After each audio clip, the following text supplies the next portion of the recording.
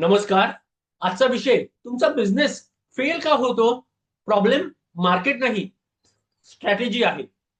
कल्पना करा, तुमचा बिझनेस चालू आहे, क्लायंट आहेत, रिव्हेन्यू येतोय, अचानक कॅश फ्लो अडकतोय, क्लायंट डिले करतात, टीम कन्फ्युज होते आणि तुम्ही विचार करता, मी एवढी मेहनत करतो तरी ग्रोथ का नाही होत.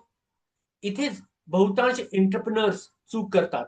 ते विचार करतात मार्केट खराब आहे, कॉम्पिटिशन जास्त आहे, पण खरी प्रॉब्लेम वेगळीच असते. फाउंडेशन वीक असतो, डिसिशन क्लिअर नसतो, स्ट्रॅटेजी नसते.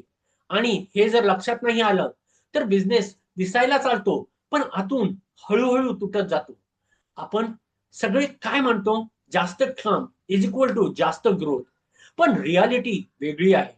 छत्रपती शिवाजी महाराज यांनी कधीही फक्त मेहनतीवर भरोसा ठेवला नाही.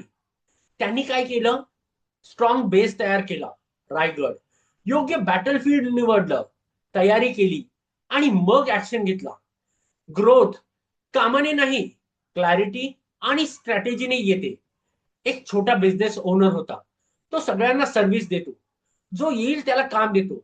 Result, no clear identity, pricing confusion, low profit. दुसरा एंटरप्रिनर आहे, तो एक डिसिशन घेतो, मी फक्त एमएसएमई क्लायंटवर फोकस देणार. तो त्यांच्या प्रॉब्लेम समजतो, सिस्टम बनवतो, क्लिअर प्राइसिंग ठेवतो. एक वर्षानंतर पहिला अजून स्ट्रगल करतो, दुसरा स्टेबल ग्रोथ करतो. डिफरन्स काय, हार्डवर्क नाही, clarity plus positioning plus system. Business मध्ये फक्त पैसा कमवणं नाही, तो आहे डिसिजन घेणं, प्रेशर हँडल करणं, अनसर्टनिटी मध्ये काम राहणं. तुमचा बिझनेस तुमच्यासारखाच बनतो. तुम्ही कन्फ्युज, बिझनेस कन्फ्युज.